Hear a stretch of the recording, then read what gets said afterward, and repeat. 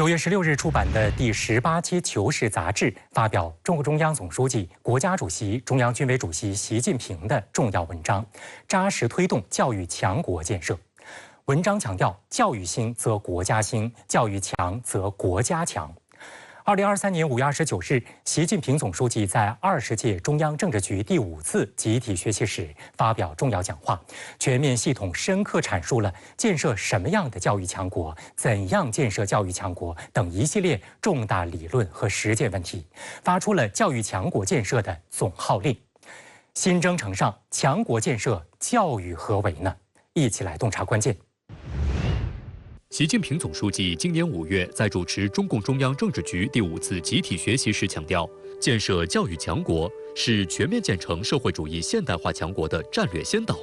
是实现高水平科技自立自强的重要支撑，是促进全体人民共同富裕的有效途径，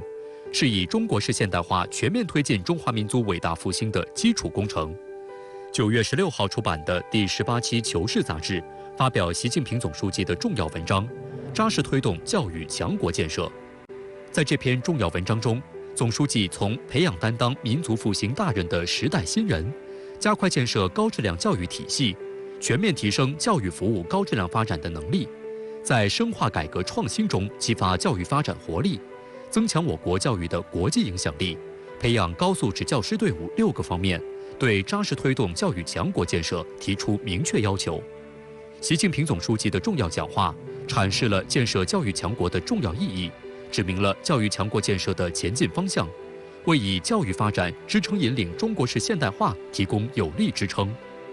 党的20大报告首次将实施科教兴国战略，强化现代化建设人才支撑作为一个单独部分论述，把教育、科技、人才进行3位一体统筹安排、一体部署，并摆放在论述全面建设社会主义现代化国家的首要任务之后的突出位置，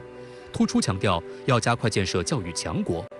加快一词表明，教育在支撑社会主义现代化强国建设方面的作用更加突出，也体现出加快教育强国建设的紧迫性。我们国家建设教育强国的目标呢，简言之，就是使我们国家的教育事业呀，在综合的实力、创新能力、服务和贡献能力、治理能力、国际的竞争力和影响力等方面做到强大。如果我们静态的看，教育强国呢，它就是要求我们国家在很多关键性的指标，比如说毛入学率、教育投入占 GDP 的占比、科技论文的数量、劳动者的受教育年限等若干可量化、可比较的核心指标，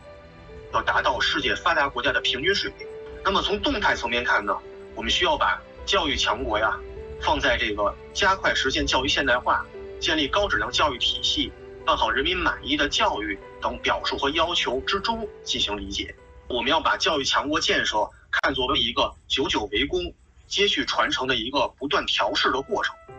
世界进入近代以后，教育发展与社会进步、国家强盛之间的关系更为紧密。一般来说，一个国家成为高等教育中心与科学中心的时间大致是重叠的，两者相互作用，促进国家实力快速增长。比如，意大利成为16世纪的世界科学活动中心，就源于中世纪大学的勃兴。意大利是当时欧洲大学最多的地方，为其成为世界科学活动中心奠定了基础，也为其资本主义的快速发展创造了有利条件。德国成为近代科学活动中心，也得益于德国大学的教育改革和发展，从而吸引了世界上最优秀的学者和学生，有力促进了德国的统一和崛起。习近平总书记在扎实推动教育强国建设中提到，要根据国际形势发展变化，完善教育对外开放战略策略，统筹做好引来和走出去2篇大文章，有效利用世界一流教育资源和创新要素，使我国成为具有强大影响力的世界重要教育中心。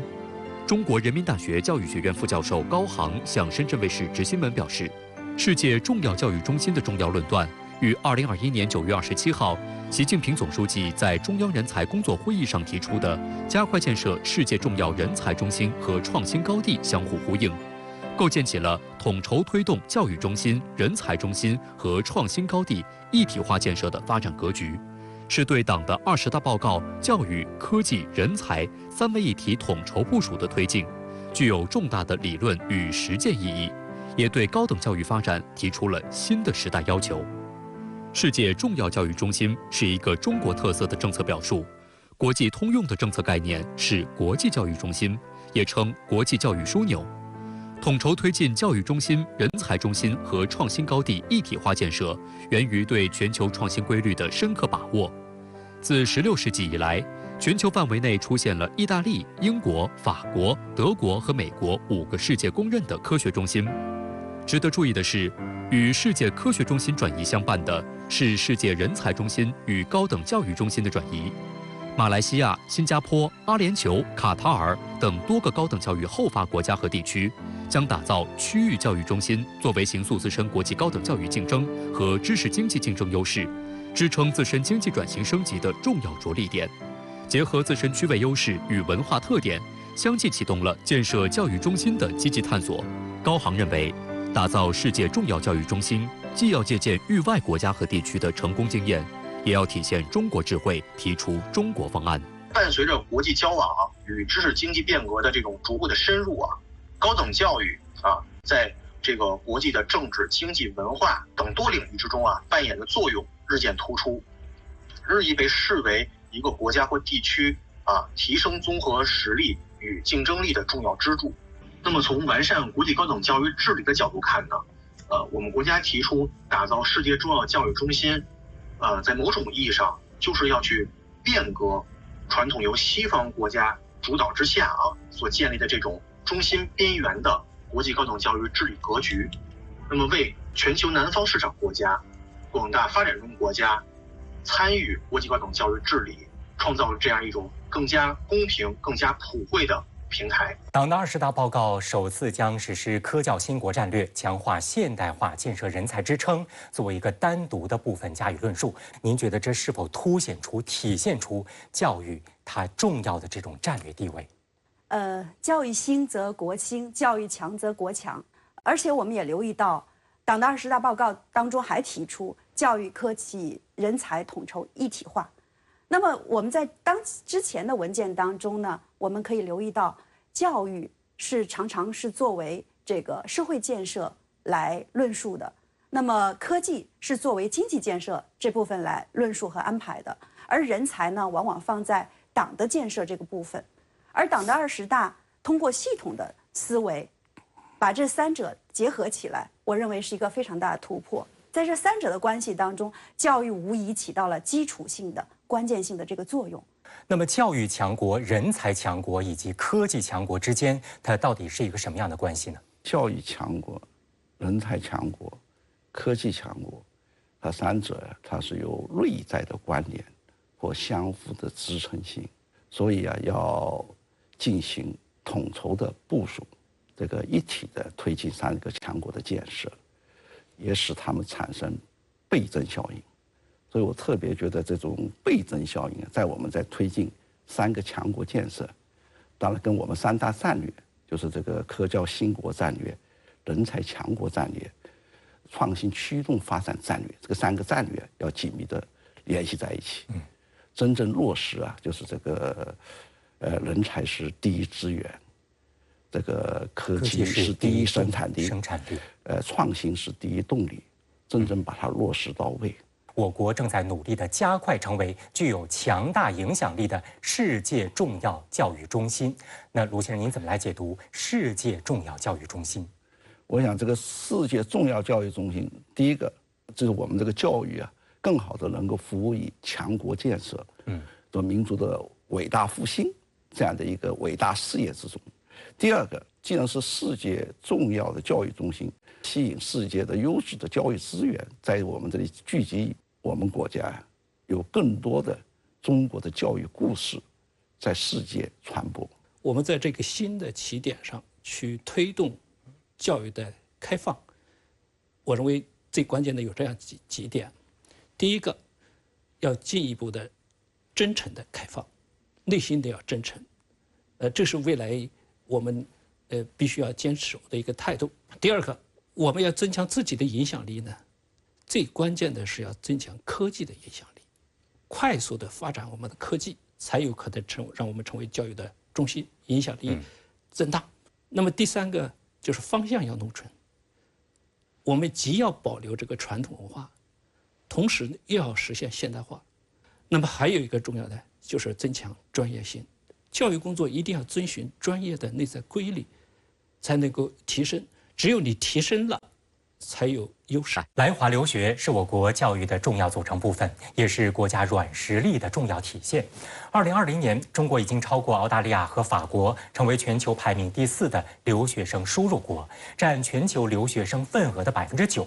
在2000年，这个数字呢还不到1%。我们看到，在20年的时间当中，中国吸引留学生的数量增长了8倍。这个数字的背后的变化释放了什么信息呢？我觉得留学中国，它其实是教育强国的一个标志。那么我想啊，这背后应该是因为改革开放40来年的发展，中国取得了非常巨大的进步，同时保持了很强的社会稳定。所以呢，许多外国留学生他们想到中国来看一看中国模式是怎么样的，看一看中国的发展奇迹到底是怎么铸就的。所以在这个过程当中呢，他们也通过自己的亲历和思考来实现了或者说完成了他们对于中国故事的一种传播。有调查显示呢，与刻板的印象不同，来中国留学生的这个自费的人员比例非常的大，常年维持在90%左右。那对于这些外国留学生来说，留学中国这样的品牌核心吸引力是什么？过去我们这个留学的数量规模的发展呢，它事实上是跟我们国家的经济发展相关。很多人到中国留学了，他回国服务还是在做跟中国经济相关的一些交流。从目前的数据分析来看，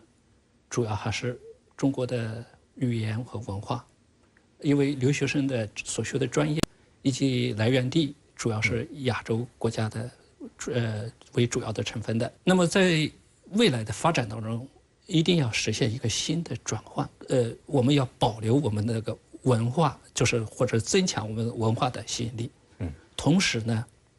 要拓展开来。现在在各个学校都在力争在这个学位课程方面有很大的发展，就吸引更多的到中国来上学位的这样一些学生。2020年5月，习近平总书记在给北京科技大学全体巴基斯坦留学生回信当中指出，中国欢迎各国优秀青年来华学习深造，也希望大家多了解中国，多向世界讲讲你们所看到的中国，多同中国青年交流，同世界各国青年一道，携手为促进民心相通，推动构建人类命运共同体贡献力量。怎么来解读总书记这一番话当中的深意？来华留学生在讲好中国故事方面扮演了什么样的角色呢？讲好中国故事，我们还是需要外援的。那么来华留学生就是其中重要的使者，他也是在当地的文化当中呢，他是具有一个跨文化的传播能力。总书记特别是从那个人类命运共同体的角度啊，来谈这个来华留学生呢，吸引来华留学生的问题，大家在很多方面能够相互了解、相互交流，最后达到一个理解或认同。现在在国外的对中国的一些负面的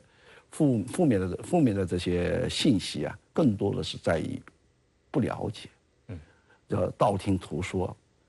以讹传讹的一些东西。所以通过这样一个留学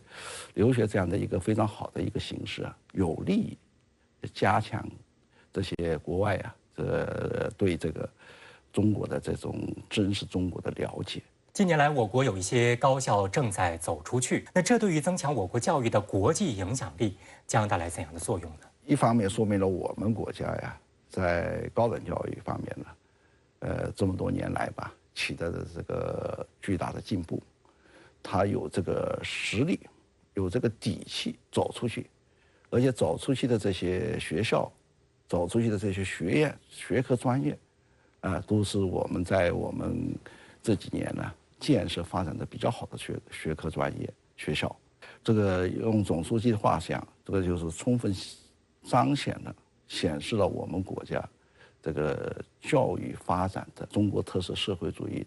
教育这个道路是正确的。在教育国际化这一方面，我过去呢把更多的时间跟精力用在了把优质的教育资源引进来。那么相对于引进来，我们走出去这一方面还有怎样的这个短板要补齐呢？朱先生，这个首先我讲这个走出去啊，走出去是一个正常发展的需求。我们现在的短板依然还在优质的教育资源相对比较少。我们过去一段时间走出去，主要是，用的是我们传统的文化，比方讲办孔子学院，是吧？那么接着下来，我们要有新的资源、新的课程资源、新的师资，增强大学发展的自主性，对国际有更深的了解。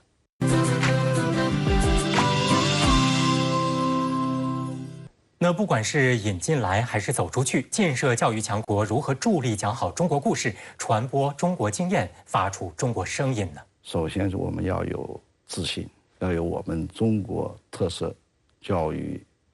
现代化或者教育强国建设的道路的自信。不管是走出去还是我们跟国际交流啊，首先第一个要自知，就是你知道自己是谁，知道自己的状况，知道自己的能力，知道自己的优势，知道自己的缺点。